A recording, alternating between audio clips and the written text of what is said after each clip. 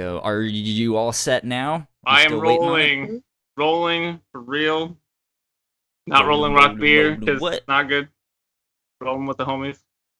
There we go. Okay. Hey, we are live. We are rolling. We're recording. Yeah. This is episode 28 of the Captain's Log, one of the many podcasts that we do here at the Whatnauts. This is our off-topic show. So each week it's something new, something else, something different. It's like sticking your did you guys do those like Halloween or like field day things where you had to stick your hand in some like tissue box full of a mystery thing and you had to guess what it was? Yes, like the grapes are the man's eyeballs and the spaghetti is his hair. Yes. I always read about that in books, like Arthur or something, but I always assumed that was like a Midwest thing because I never actually did that. That's no. Never did that. Maybe it was a like a 90s thing. Mm-hmm. Because me and Melissa are around the same age. Yes. And Mannix is old as dirt. So you're 10 years older than me. So maybe it was a 90s thing. Who knows? But yeah, they would peel grapes and like stick them in, and they'd be like, "This is what eyeballs feel like." And we'd be like, "This is disgusting. Why would anyone want to feel this stuff?" That's disgusting. Like, we grew up in the era of like slime, gack, moon sand, the whole gang. Nickelodeon slime. Damn. Good yeah, stuff. We used to like bob for apples, which is pretty gross and unsanitary when you think about it.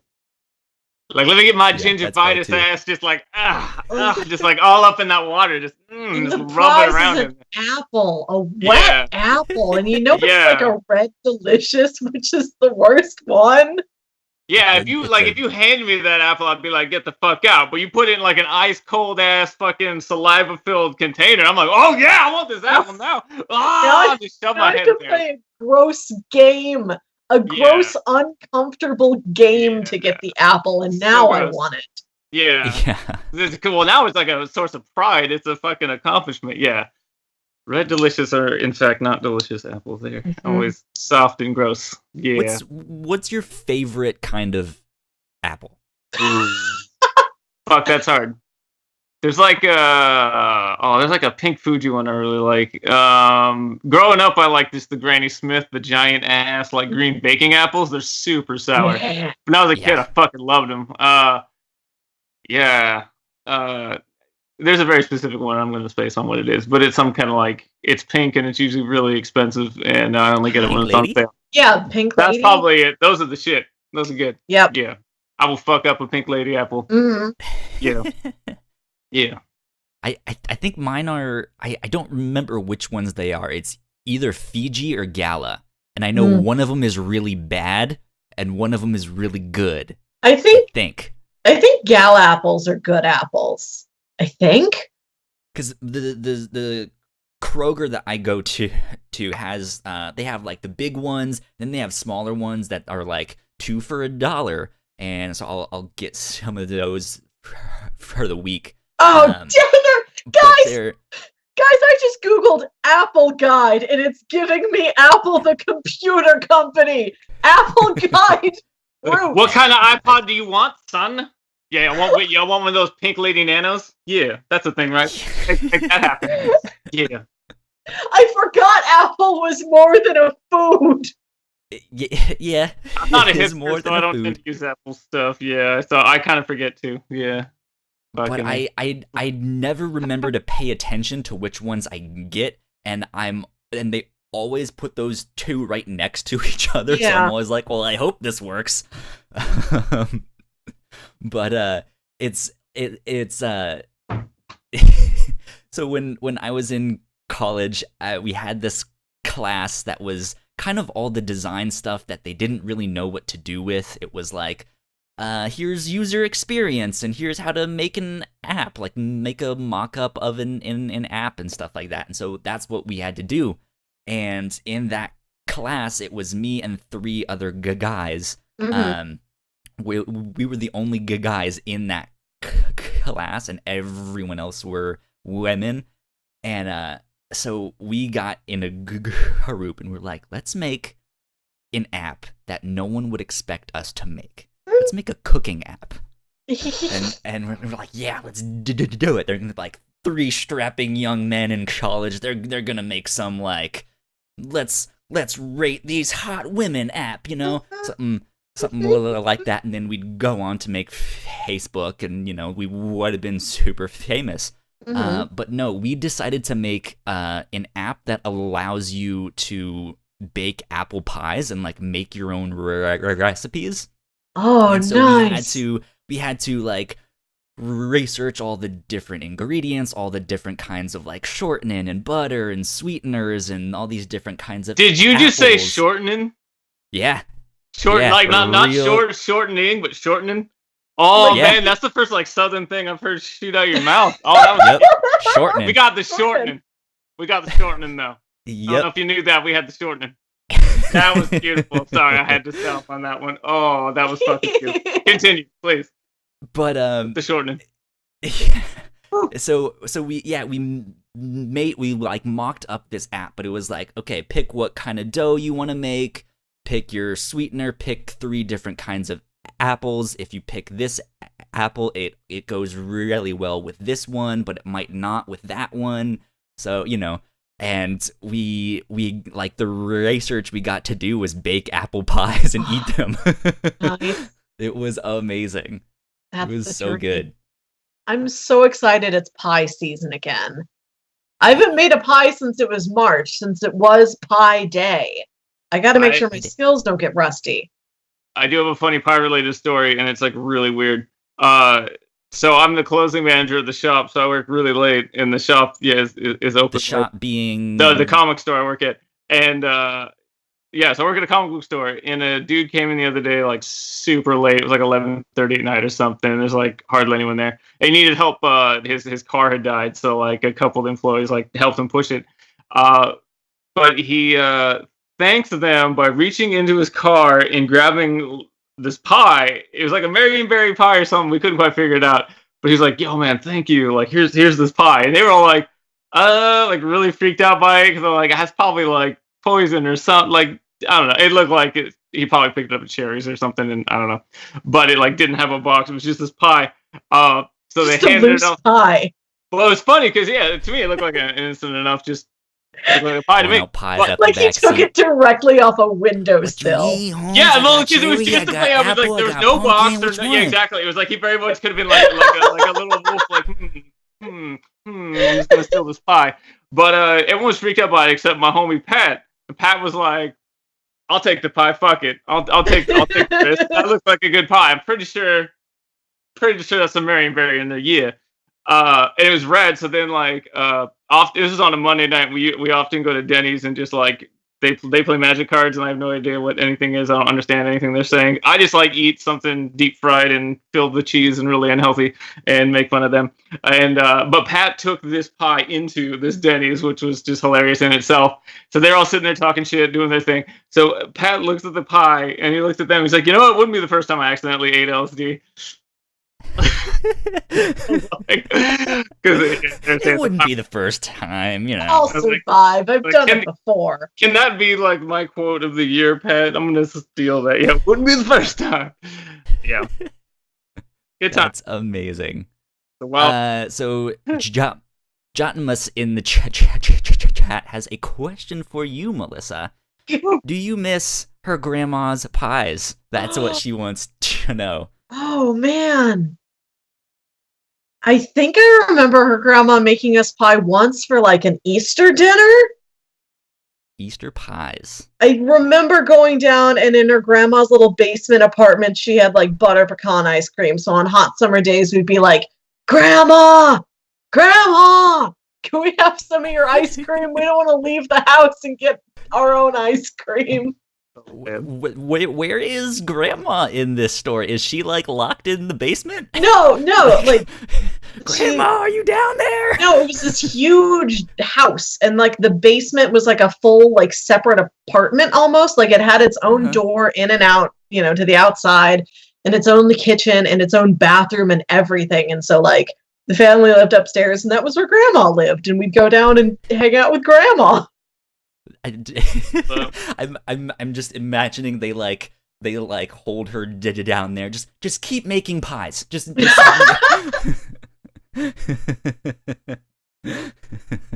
Be fucked up. Like, Grandma, what are you doing right now? Well, I was crocheting. Is that pie? No, it is not. Get back in the kitchen. Damn. You are it says allowed Grandma's one, pie's Grandma. on the box. It says it on the box. Yeah. Got a business to run here. Exactly. Damn. So what have you guys been up to this week? I know, Eric, you got to go to a comic book convention. Is that right? Yeah, I do that from time to time. That's the thing. I actually hadn't gone to one in like over 8 months. It had been quite a while. So at my old gig at Out of the Fridge, we did like 4 or 5 cons a year. In the chat. Did you say there's a gaming PCU in the chat? Someone's Twitch name is gaming. How do you get gaming? That's a pretty generic name. Okay. I mean, I feel like that would be one that would get taken by like some Twitch employee or something. That's like the guy that gets like the boobs license plate. Like, you're a winner and a loser when you get that. I'm sorry. Yeah. Yes, man. Come on, man. Not saying gaming that you are a loser. Thank you for listening to the show. Please don't leave. But guy that gets the boobs license plate. That guy. Damn. That's the thing. Yeah, there's a local, pretty small con, Jet City, that's in Tacoma, about half an hour from me. Maybe a couple thousand people. It's not terribly big. I'd gone to it a few times before, and but I knew a bunch of my cosplay friends were going, and so that was the main reason I was going to go. And the con is basically like one giant floor, one room, and then like there's a lower level with a couple of panel rooms, and that's like pretty much it. So I got there and I was like walking around talking to some of my like creators doing all these cons. You keep seeing the same people all the time. So saying hi to all of them, and then I was getting all these like Instagram messages like, "Where you at? Where you at? We're already shooting." I'm like, I don't. Where are you at? I'm at the con. Like, I'm here. They were all on like the 3rd floor. Like, the con itself was on like the 5th floor. There's like big convention center. So like basically a lot of the cosplayers never even got into the actual convention. They like posted up. They just do their own thing. They just did their own thing, which was cool. Because I mean, well, the lighting in convention centers is usually really horrible. It's all these fluorescent lights and everything, and they managed to post up in front of these big, gorgeous windows, so you have much better lighting and more interesting things to look at than some guy in the background, like eating his ice cream or whatever. So yeah, so that was like most of the con was just photographing, mostly like X-Men cosplayers, but there was a cool Ariel from The Little Mermaid and a bunch of really cool cosplay. We've got a lot of that was the big excitements for my weekend, and my kids like to always go and see all especially the Disney princesses. They get like super hyped for. So did they have a favorite cosplayer? There was a Belle that had like, she was like outside in the garden Belle with like the big like coat, like, and there was that version of Belle. So, and we saw her like walking to the convention from like the parking garage. So the kids were like, "Oh, it's Belle!" And so they're pretty hyped on that. But awesome. Ariel's their favorite. So anytime they see Ariel, they're like, "Oh!" So they're pretty hyped to see the Ariel as well. So yeah. A two-way tie between the only two that I saw that particular day, the Belle and Ariel. They were pretty hyped on it. Melissa, have you ever been to comic book conventions? Because I know your brother is kind of into some comic stuff. Yeah. I go to a lot of cons. I love a con. I don't go a ton. There's a Wizard World that comes to St. Louis every year, and since like 2012. And I've been to most of them, and they're pretty good, but it's like it peaked already, I think. And so like the ones I've been to in the last couple of years have slowly been just like a little smaller and a little less like personal feeling. So I don't think I went to like the one earlier this year, but yeah, like I go to as many as I can around here. Twice I've been up to Chicago for C2E2. That's a really good con. I went to Planet Comic Con in Kansas City earlier this year. That was my con for the year. I really wish I had time for another one, but I just got that one in. And yeah, it's one of my favorite things to do when I can get a chance. Like, I'd love to travel the country just on cons. Like, people will ask me, like, what are your dream vacations? They're like, I want to see Paris and I want to see Rome. And I'm like, I want to go to Wizard World in New York. I want to go to Dragon Con. I do want to go to Emerald City Comic Con. Yeah, I just got my Pro Badge approval yesterday. Ooh. It took them forever to get back to me on that. Yeah, Emerald City is really cool. I've gone a bunch of times now. It's freaking huge. It's got to be one of the bigger ones in the country now. It's like, it's enormous. It's like they've outgrown the convention center, and the convention center in downtown Seattle it's like 2 giant buildings combined by a sky bridge. It's like that huge, and they've outgrown it. I feel like it's the best like actual comic book convention. They have roughly 90,000 people now. Yeah, every both like San weekend. Francisco and New York are kind of getting too big for their britches, and they're more like all media and entertainment. Mm-hmm. Culture Con. Emerald City's turning into that, unfortunately. The more popular cons get, the more there tends to be a focus on the celebrities and that kind of thing. Bigger stuff, yeah. Yeah, I mean, there's still plenty to do. Richmond, where I'm at, always has really small, dinky cons. They're terrible. So I went to art school, and we had to do figure drawing. So we'd sit there, and we'd have a little live model, and we'd have to sketch them and stuff like that. And we had this one guy, he was a really, really old guy named Larry. And this dude Larry? Huh? There's an old video game called Leisure Suit Larry from back in the day. I know it, yeah. Horny old bastard. Yeah. So that's where my mind goes. He looked like I guess like a really old like Vincent Price. I mean, I guess Vincent Price is old, but like that type of like pencil I think he's mustache. Dead now, call me crazy, but yeah. Sure, but he looked like that type. Like he would be the kind to have a pipe and like hang out by the fireplace, you know. Mm-hmm. But he had this robe, and he had a Fantastic Four backpack. And we would always be like, Larry, you're super cool. You have a comic book backpack. Just like, oh, you, Larry. and then I saw him at one of the Richmond Comic Cons. And it was like, okay, this is really weird because I've seen you naked. And I don't like that. I've had to draw you naked, and here you are sifting through all the Batman comics. Well, maybe that's how he pays for the Batman comics, Kyle. I mean, Buzz gotta get a living. I'm not knocking it, but it's still one of those things. Like, you don't expect to see like your art, like your live figure model, like at the comic book convention that's in the lobby of some hotel, and it's super small, and there's like 150 people there. It was awful. Small cons can be kind of fun. Like, my brother went to a local Ghostbusters convention. Oh, snap. Yeah.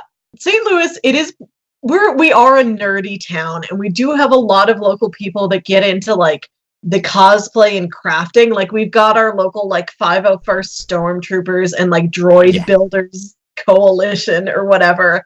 And we've got a lot of local Ghostbusters here. And enough that they considered, can we do a Ghostbusters convention? And that makes me feel good. It's James's favorite movie. So he went there, and like, this is before he had a car. So like, our mom dropped him off and was like, okay, I'll pick you up in, you say about 6 hours? 6 hours, I'll pick you up. And there was just not that much to do at the con. So he got to know every vendor there. And That's amazing. Seeing these vendors at like other local Comic Cons, and like they'd know him, and then they'd get to know me because we do a lot of it together. And we just get like, hey, here's a free button and here's a free sticker, and they'll knock $5 off that price for you. So sometimes like tiny local cons can be really cool.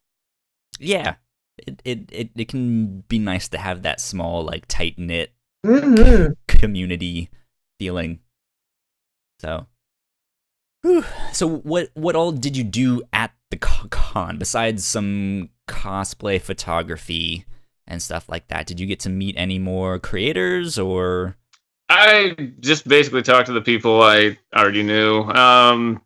Well, Tessa had never been to a con before, my wife, and she went to this one, so that was like a huge deal.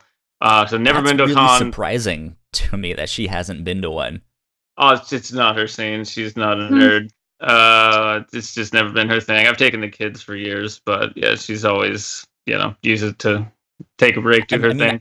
I just figured you would have like dragged her out there to one, be like, see, this is my world. Yeah, we're actually quite a bit different, and like I don't push things and vice versa. So it's like, if you want to do something, cool. If not, that's cool too. I did use a little leverage since Emma just got out of the hospital. I definitely was like, well, I'm gonna go for at least a couple hours, do some shooting. Like to go a little longer. I mean, I was in the hospital for like 2.5 weeks. Just throwing that out there. Just saying that was the thing that did happen. I was a good husband and father. Just a reminder that I did that. I'm just throwing it out there. Just throwing it out there. So if I could take like maybe the whole day, that'd be cool. That'd be dope. That'd be dope. So I did use a little mild guilt trip to make that happen. But yeah. I just talked to the people that I always do, but it was also like introducing, Tessa to them, and yeah, she said she had more fun than she thought she was going to, and that's cool. Got to see, what I do when I'm out of the house and gone all those weekends. But yeah, usually when I did the cons, it was doing media stuff, so it was always handing out, cards for the podcast and interviewing people, or, at least trying to set up interviews, because some people are too busy, like when they're there, but it's like, hey, well, here's a card, let me know what works for you, and trying to set up something for later. So, it was always like working cons, which I enjoyed doing, but it was nice not having to do that. So it was like, I just talked to people that I wanted to, just because I wanted to. And so I basically just did one lap around the show floor, and then I just photographed the rest of the time, and then at the end of the con I did one final lap just to make sure I wasn't missing anything. And there's still people I like apparently missed, like, oh yeah, like my friend Miles, I went to that busy person. So there's people that I didn't get to like talk to or whatever, because they were busy at the time. It's always like a good thing when like you're trying to talk to your friend and like they're too busy to talk to you, because that means they're staying busy. They're staying busy at selling product or whatever. So it's like, oh well, that means that you're doing well. But yeah, this was it was also the first con in over 4 years that I had to pay for, because I always got them for free. Yeah, it was like $20. It was super cheap, but oh, nice. That's not bad. Yeah, but it was fun. But predominantly it was the cosplay thing. It was also the first con where like that was like, the whole point, because it used to be I'd go interview people, do all that stuff, and I'd take pictures, like just candids and stuff in panels. But never like setting up like actual like photo shoots or anything. Like you said you got your pro badge for Emeralds. How do you say, what's the difference between the pro and the press badge, or is there one? Oh, there's a big difference. Yeah, press is the only. First of all, the press is the elite badge. It's like they give out less than 4% of the total population gets a press badge. It's harder to get press at Emerald City than it is San Diego. And I've only gotten it once. I got it 2018. I got it this year. And I don't know why I qualified this year and not for next year or any year before that. I really am unclear on what the criteria are. But with a press badge, you can actually do interviews there on site. Where if you tried it with any other badge, they will kick you out of the con. The pro badge is for like industry people, so writers, artists, people that work at comic shops. And and so photography and things could fit in that box as well. But yeah, like you can't actually do like interviews and things. And to be fair though, Emerald City is like I think the only con that I go to that's like it'd be almost impossible to do an on-site interview anyway because it's so noisy and like all the people are so busy. With the smaller cons like Jet City, the one I just went to, you're usually able to like, hey, while we have a lull, let me hop behind your table real quick and like here's a mic and or we can like go over like even Rose City is a really big con in Portland, but like even in Rose City, we were able to like, hey, can we go over to like there's this wall over here and like it's slightly quieter and like we're able to do stuff like that. But like Emerald City is like it's too many people, it's too much noise, it's too much. So it's great for networking, meeting new people and stuff, but it's not a big deal that I didn't get press. It's just like purely an ego thing. Because I got it the one time. That's cool. If you ever leave one time, guys, like we'll get there. I got my press badge. Bitch. We'll get there one day. Yes. That's the goal. To slowly get our numbers up so that we can get there. Yeah. Melissa, you texted me today and was like, I have to talk about this. I don't even know what it is exactly. This haunted mall you went to? Okay, so like all I do is work and sleep and do what is required for the review show. I haven't had any spare time recently, so I'm like I have to bring like a conversation topic. Like let me tell Kyle I have at least something in my utility belt. And I'm like, I want to tell Kyle and Eric about this otherworldly department store I wandered into once. Interesting. Okay. Okay. So first of all, this is how we got to this place.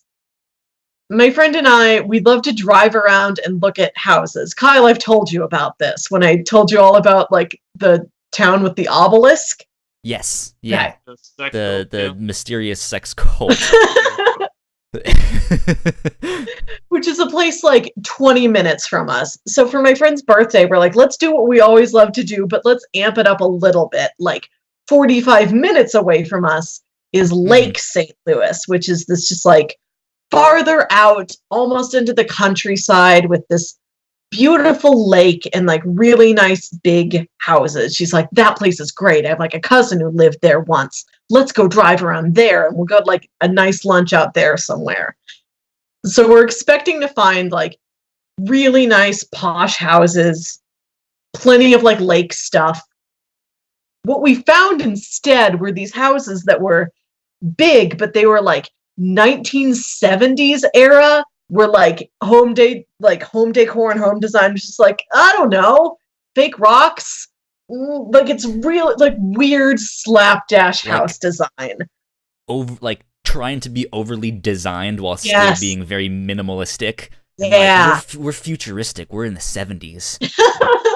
Not like super futuristic, but just like every house we wander into in this neighborhood is different. They're all different from each other, and they've all got weird features to them, or they're shaped weird, or they've got some of them have this like a roof like a Pizza Hut or something.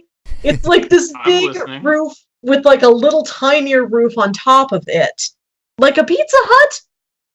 Yeah, I know exactly what you mean by the Pizza Hut roof. Yes.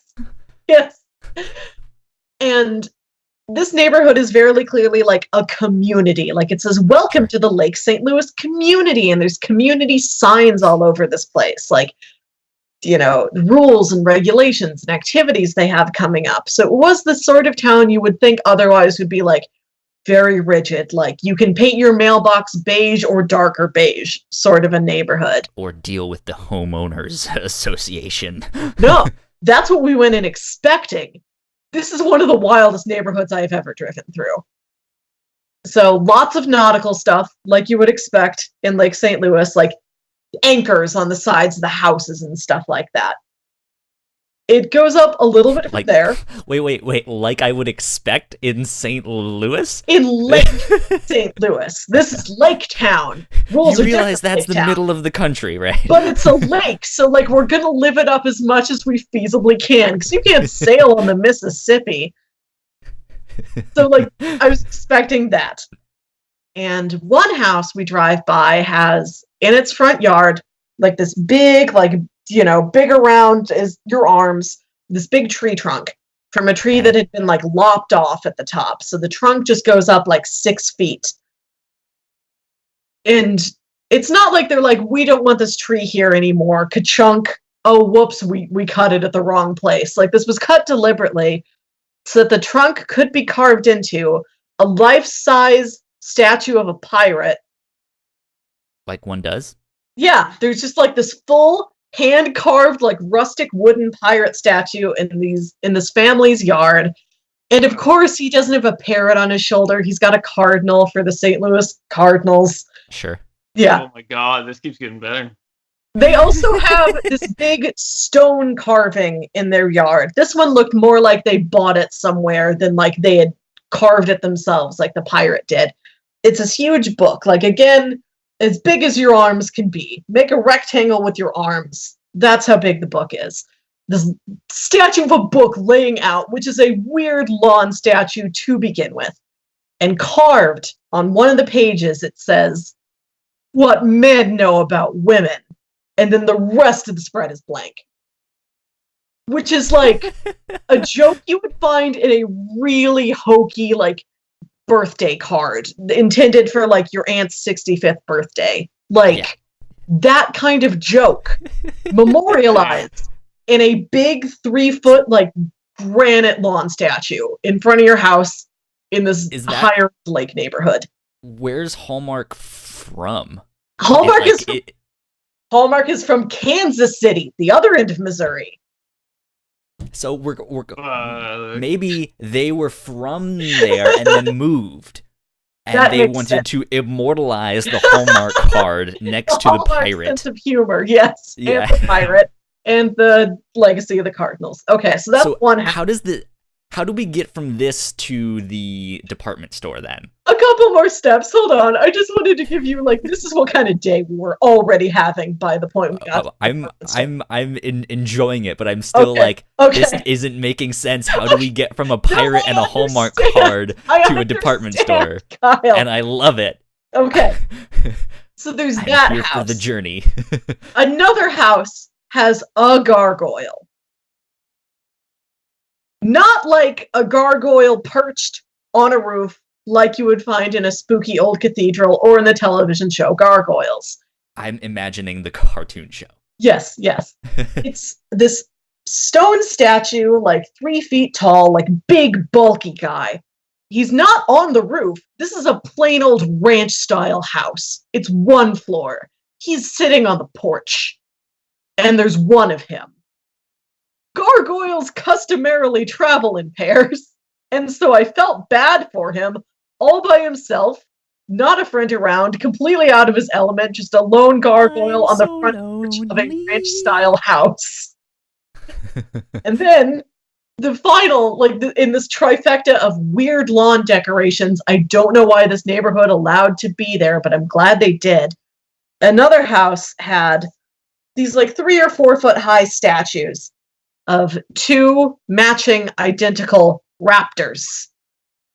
Velociraptors? Or yeah. Like bird raptors? No, Jurassic Park raptors. There's 2 of them posed to strike in the front yard of this house with these little fake leashes leading back from them to stakes stuck in the ground. These are our attack raptors. These are our guard dogs. You'd better watch out. Did they have a sign that said, "Beware the raptors"? I couldn't see one, but that was the effect. Clearly that was the joke. That's so tacky to me. I know! This whole place, we were expecting nice, posh, lake living, and no, it's just weird, is this a joke? Kitschy-ass grandma landed, damn. Yeah. Okay. So outside of this neighborhood, we go to this really lovely, high-end outdoor mall. Okay. And we just want to get out and stretch our legs for a little bit. And so we go into the Von Maur department store. This is where this comes in. Von Maur is a department chain primarily in the Midwest, so I wouldn't imagine either of you would have heard of them. They started in Iowa. There's just 30 stores scattered across the Midwest, and this is the only one around here, and I'd never been in it before. It's hey, let's, we want to get out and stretch our legs. Let's try this place. I have no idea what's inside. And this is a Saturday afternoon on a rainy day, like, I don't know, a month and a half ago. And we go in, and the place is pretty much deserted. Like, it's just us, a lot of employees, and one old man playing the piano. And the store has this vibe like it came straight out of the 80s. Like it was plucked there and put here. Yeah. Not 80s like an old Taco Bell. It's got, like, some of the walls are these, like, modeled, like, watercolor pastel prints. Oh, sure. But a lot of the fixtures are, like, dark, heavy wood and, like, thick, rich marble and gold. Like, it's got this, like, 80s power business vibe to it, kind of. And it looks like the place where a John Hughes movie, like, snobby bully would shop at. It looks like that. So we go in, and there's, like, this distant rainstorm sound outside. And then inside, there's this one old man playing the piano, and it's us alone in this place that looks straight out of the 80s. And all these really attentive, like, posh-looking, well-dressed women are like, hello, do you need anything? We're like, no, we're just looking, thanks. Perfume sample? Yes, and it's all so fancy. And because it's so high-end, like, I don't recognize any of these brands. Like, nothing looks familiar to me. It looks like it's from the past and completely alien. It also had one of those bathrooms with the two opposing mirrors, so there's infinite of you on either side, which is always weird. Oh, I love that. Yeah. Cat is mentioning that you fell into a time hole. I feel like I did. You went into another universe. It felt otherworldly. See, this is what I'm trying to communicate. It's so surreal in there. It felt like a time portal, and like we were just wandering around. We're like, hey, is there a bathroom around here? And instead, we go into this like concierge room with this huge desk, and like there's a wardrobe. Outside of the bathroom, there's a wardrobe, like an old Narnia-looking wardrobe. Like, it's just got so much stuff that has no business being there. I'm imagining, like, David Finch, like, Twin Peaks style. Like, you're gonna meet some midget, and he's talking backwards, and it's just, like, you're just like, what is going on here? What? And, like, none of the people we encountered were weird. They were just, like, posh, overly helpful, department store women. I think really the weirdest thing about it was the signage they had up. They had a section labeled moderate sportswear, and then they had a section labeled better sportswear. So it felt like you were in a hall of judgment, and if they were judging the sportswear, next would be you. They also had a sign that just said concepts. And the stuff underneath it looked like it had just been placed there, and it was like jewelry. So I'm like, is the jewelry the concept? Does this mean something else? That's such a weird mix of, like, if you try it on, we're gonna judge you. And then this, like, overtly flamboyant, that outfit is a concept. I don't know. Maybe if we didn't try anything on. Of course not. But, like, amazing. If we did, would we be stuck like that? Is this like a Goosebumps haunted mask situation where it's like, you're dressed like a debutante, now you are a debutante? Like I feel like if you're gonna go that route, you gotta go with like full 90s and like chug a Mountain Dew and be able to like slam it down and be like, I need the extreme sportswear, thank you. Yes. Like where the fuck is that section? Yes. I see like moderate and I see better. Where's my extreme sports? Where's the best? Where's best sports? Where's the great need sports? The Tony Hawks and Shaun White t-shirts right now. Where's my Tony Hawk t-shirt, motherfucker? And where's my Dave Mira branded biker shorts? Like, I need BMX outfits. This place has just been on my mind because I'm like, oh, it's coming up to Christmas time, and this is a time where I just like to be out. Like, I love looking at like decorations in like stores and malls and stuff. That really gets to me. So I'm like, I want to see whatever the Von Mauer turns into at the holidays. Like, we have to drive back out there. If department stores started doing that, where it was the poor sports apparel, moderate sports apparel, better sport, and extreme, what do you think would happen to the economy? Like, do you financially? Just, like, what would you do? Would you settle and be like, well, I guess I'm a poor sport. I'm just gonna go shop in the poor sports section, and you're just forever terrible at sports, and everyone knows it because they know you bought it in the poor sports section. Oh man, that would is that something you would do? What would you pick? I'd aim for moderate. Like, I'm not trying to be fancy, but I don't want to have to come back to the store too soon after my shorts wore holes in the middle, or the zipper came off my sports bra or something. Yeah. That'd be so strange. Because the extreme one, as Eric mentioned, does seem more of a gimmick outfit. Like, I'm a fan of this stuff. But then the rest of it is, well, I guess you're only moderately good at sports. It's a self-fulfilling prophecy. If you buy moderate sportswear, okay, have fun running an 11-minute did mile. That for technology. I don't know what that is. Ooh. That'd be you walk in the Apple store, and they're they quiz you on how much you know about technology. It's like, well, here's our idiot computer.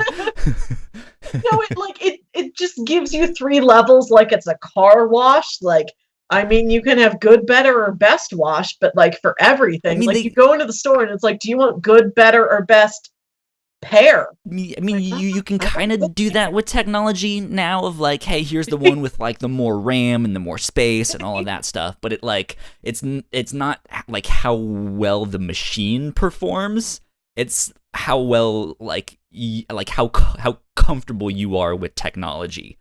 Mm-hmm. So it's because I for a long time I've tried to convince my parents to get those jitterbug phones. Yeah. And it's kind of a joke. It's you guys, the square goes in the fucking square. The red one goes in the red one. You know how to plug these things in. You can do this. It's a baby toy. The square goes in the square. The circle goes in the circle. And I'm you guys don't need smartphones. You don't even know how to text me. This is ridiculous. Just buy a jitterbug phone with giant numbers on them so you can still see them. My mom has gotten her first smartphone, and previously she has not had a jitterbug, but I imagined that was the skill level at which she should be at.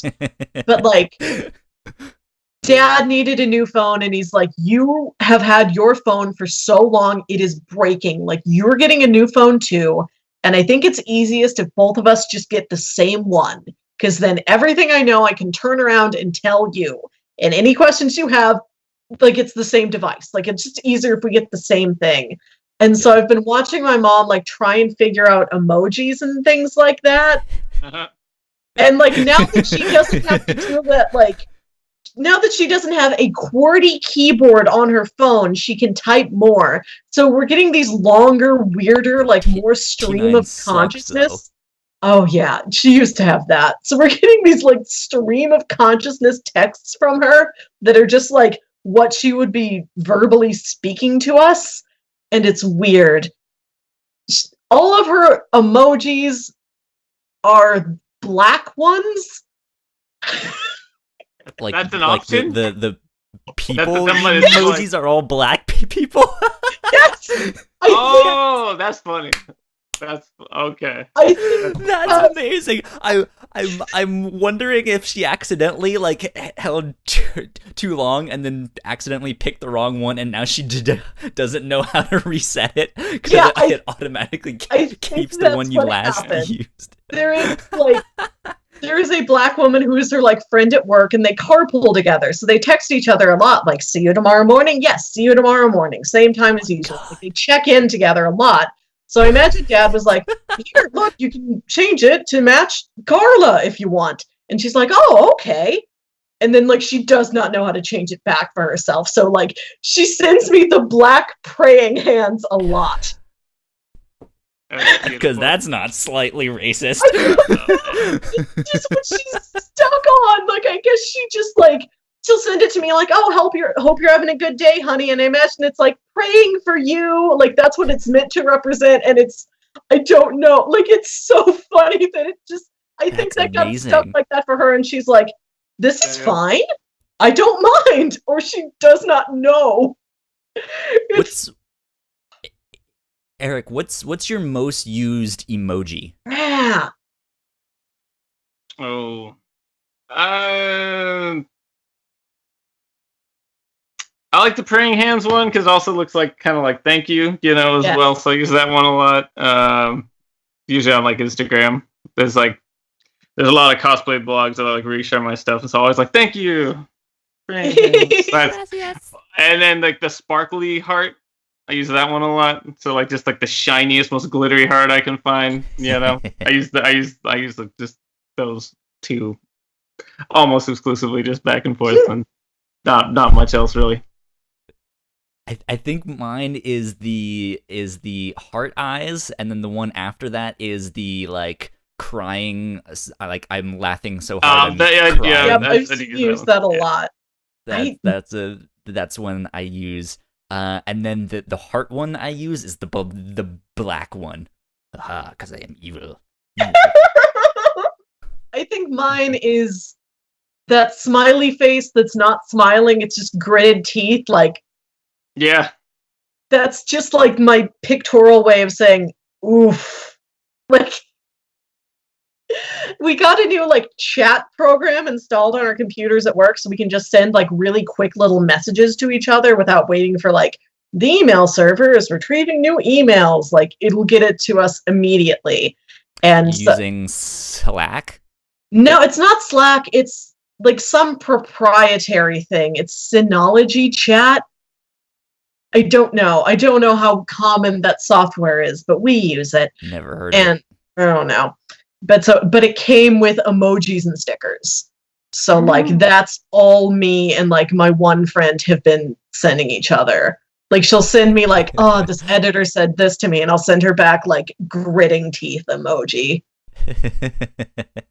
That's fantastic. Yeah, I remembered, I think the first couple of times my mom tried to send me texts with emojis in them, it was just like, why would you put that emoji? Like that doesn't make sense. Like don't put the crying emoji after like have a nice day.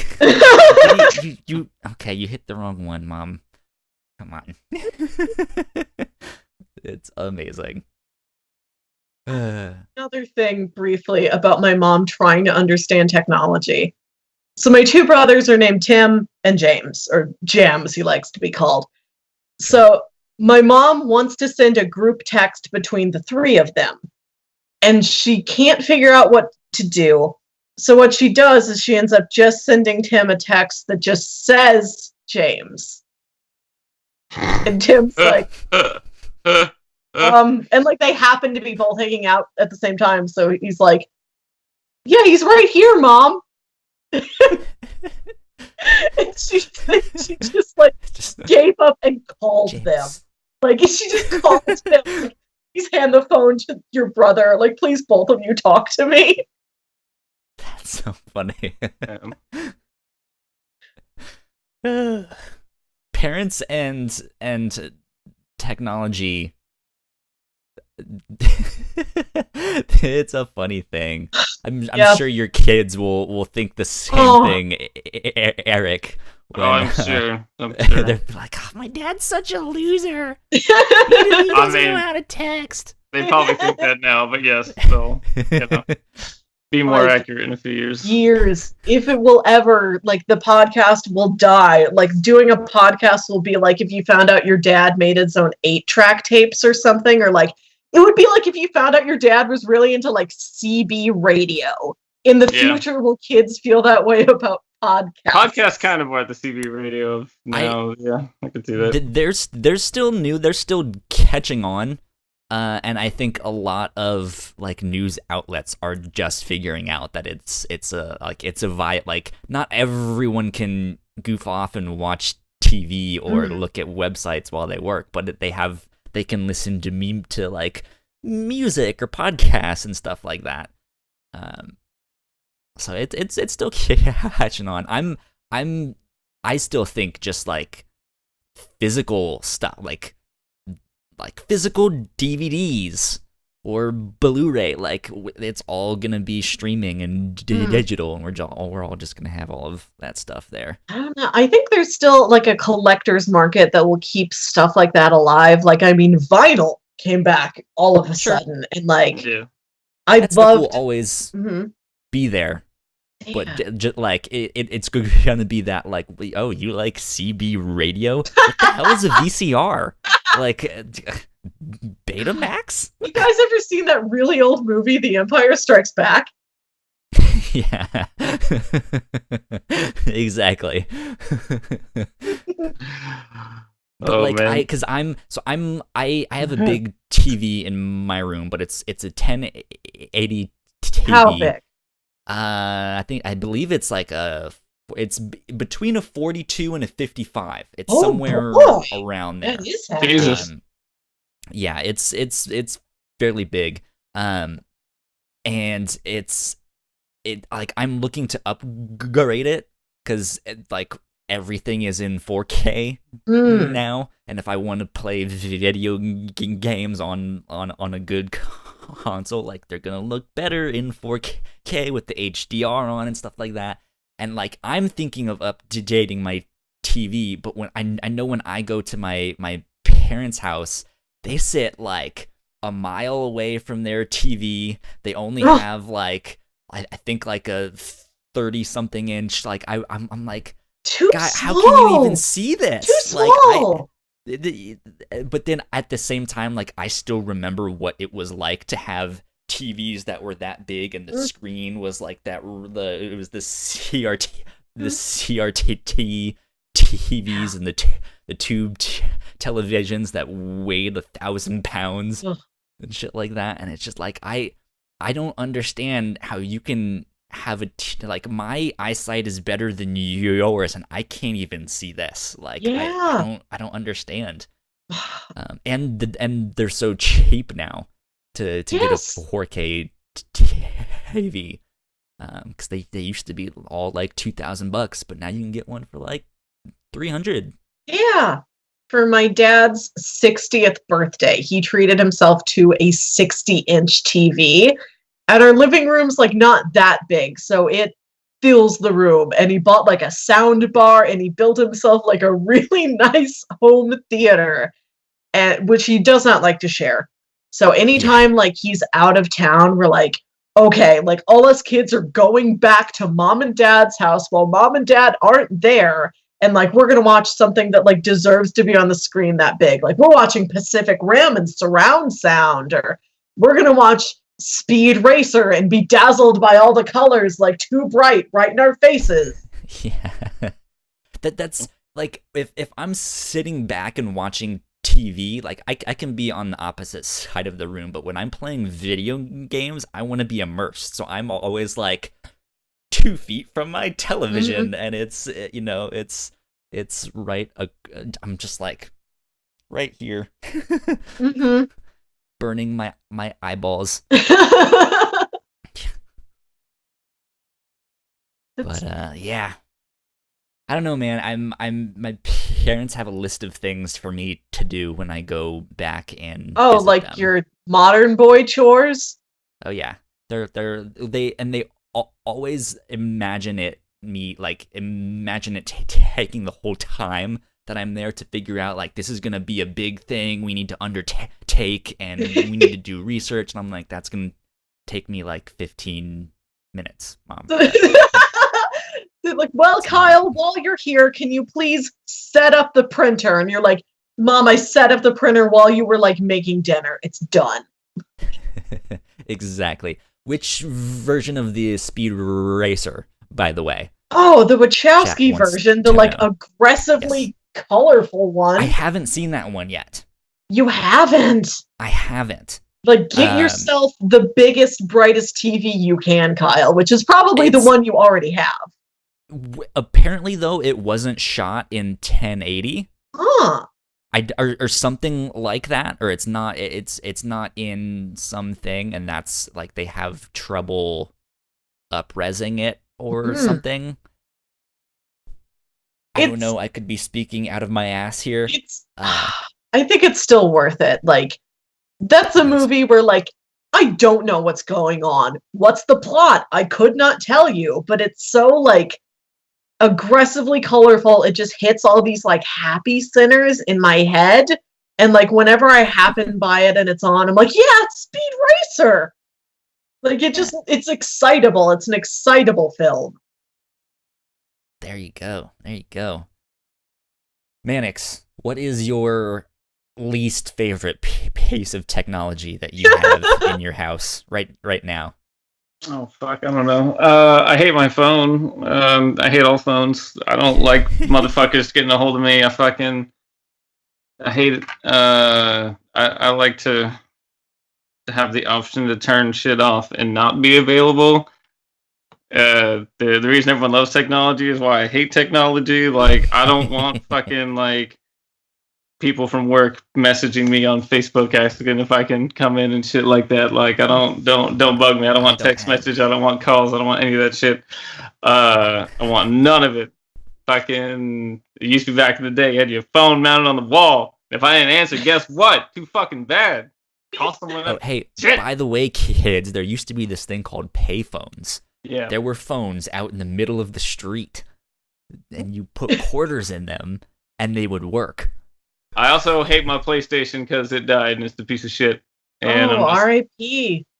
That just sounds like you're mad that you don't have one now. Of course, it was like, yo, dog, you play Spider-Man? I'm like, man, fuck you. And fuck Sony for making some bullshit that don't work. That thing was like a year old.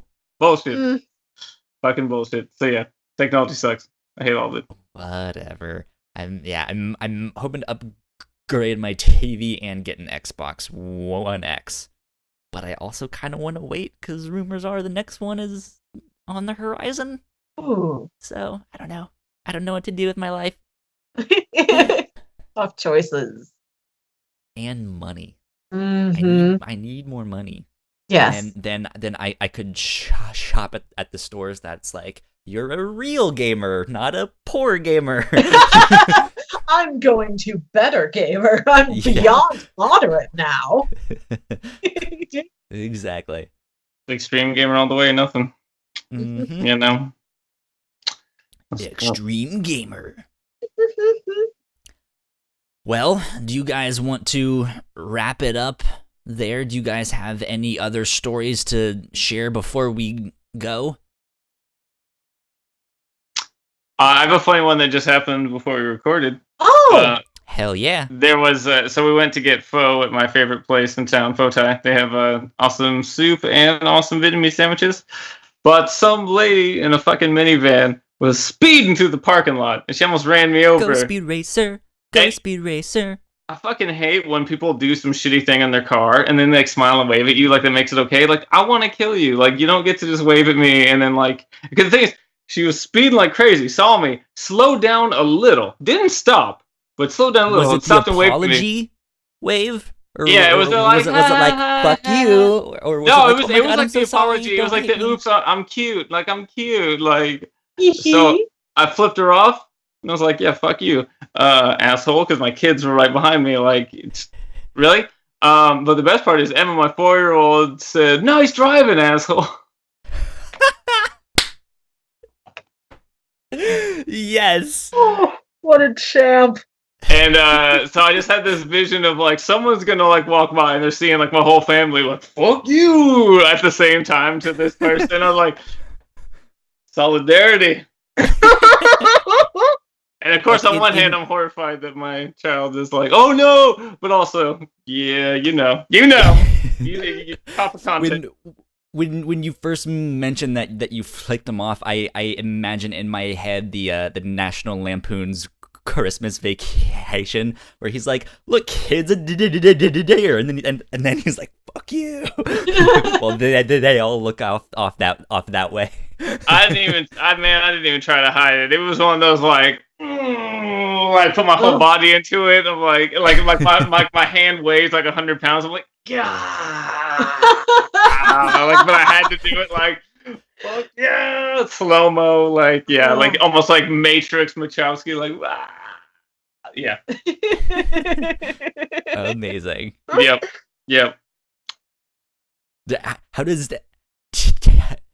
How does Tessa feel about that? That like you and your foul mouth. Oh yeah, it gets me in trouble on a daily basis. Yeah, the thing is like she's gonna do it at school. You know, she's gonna do it at school, so she's gonna get in trouble. I'm like that. They learn it all in the car. For me, I'm pretty good most of the time, but we get in the car and suddenly I like fucking It's all over. Do you guys have a swear jar? Jotunmus in the chat is asking. I should, because at this point it would be my replacement PlayStation fund. You know. I mean, it's not bad. Yeah. It could be like, hey, every time any of us swear, as much as I curse, it would literally be like just signing my check over, like just take it, like fucking. It's so often, it's so much. Like, your swear jar is gonna be on salary. Pretty much. It's not a jar anymore. It's like half IOUs at this point. Yeah. It's one of those giant things they put like one of those big gas station coolers you can get like cans of soda out of, like the R2D2 ones. Oh yeah. Yeah. That's pretty much, it would have to realistically be like that, yeah. That's amazing. That's like when I run to people from work outside of work, because obviously I don't curse when I'm, at the shop. They're often like, "Wow, you say motherfucker like in like every sentence." I'm like, "Yeah, I do." He's like, "Yeah, motherfucker, I do." like that's right, motherfucker. And they're like, "That's actually like, it's impressive." Yeah, all right. Yeah. Just feels so good. Melissa, what's your favorite curse word? Because you like to keep it fairly low key with the curse words. I've heard you now and then say something, but you don't do it very often. Like lately, when I'm frustrated, I just say jeepers. That's fucking adorable. Oh my god. I say ding dang a lot, and I don't know why. I don't know where that one came from. Like, I'll drop something on the floor, and I'll just be like, "Oh, ding dang it!" Like, I am like, I'm such like a scout leader. Like, I can't really do it. I can't. I feel like that's something I would hear in like old school Archie comics or Scooby Doo. Yep, that's me. That's my aesthetic.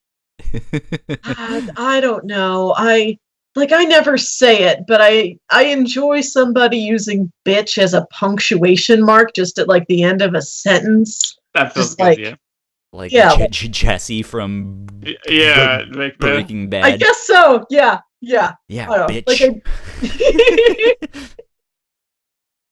Which apparently they announced that there's going to be a movie that follows what happened to him after the show. Oh, okay. Who knows? We'll see what happens with that. That's a good one. I think for me, motherfucker is one of my favorite. I'm with the chat here. Jotnamus is saying something with fuck. Something in it. Fuck is the best. Fuck is the face, best. motherfucking fuckface, you know. So I had a Facebook post a couple weeks ago, and I was half joking, but I said, "If I haven't called you motherfucker, we're not that close." And it is true. Like that, my best friends, it's like motherfucker, please. Like that's just how I talk. But I had people upset. They're like, "Oh, like damn, I thought we were tight," and I was like, "Motherfucker, please." They're like, "Yeah." Like this is the weirdest thread of my life. Yeah. People are like, "Please call me motherfucker." Yeah, it's like now I'm just like oddly replying to people saying motherfucker. Yeah, pretty much. I'm just going on like fuck you, fuck you, fuck you, and they're like, "Thank you." Like, no, fuck you. You gonna fuck you, and you gonna fuck you, like you Oprah. gonna fuck you. Fuck you too. Yeah, it was a weird day. Fantastic. Yep. Fantastic. Well, let's see. Let's wrap things up there. Thank you guys for joining in. Let me do the usual housekeeping shenanigans. Go like, share, subscribe on all the social medias. Sell your soul. Tell a friend. Tell a homeless person. Who knows? We've reached a very small, humble amount of 30 subscribers on YouTube. Hey. Our next goal is 50. If we can make it to 50, that would be amazing. So if you have not already, please go subscribe on YouTube. Go follow us here on Twitch at twitch.tv/the Whatnauts, or you can watch along in the live streams on our website at thewhatnauts.com/livestreams. What else is there? If you guys want updates for all the shows that we do, you can follow us on Twitter at the Whatnauts. Melissa, where can they find you? You can find me on Twitter and Instagram at Wilkywit. That's WILKYWIT. There you go. Eric, what about you, my friend? If you want me to call you motherfucker digitally, follow me at the Bobby Krogan on Twitter and Instagram, and my pro photography account is just Eric Mannix Photography.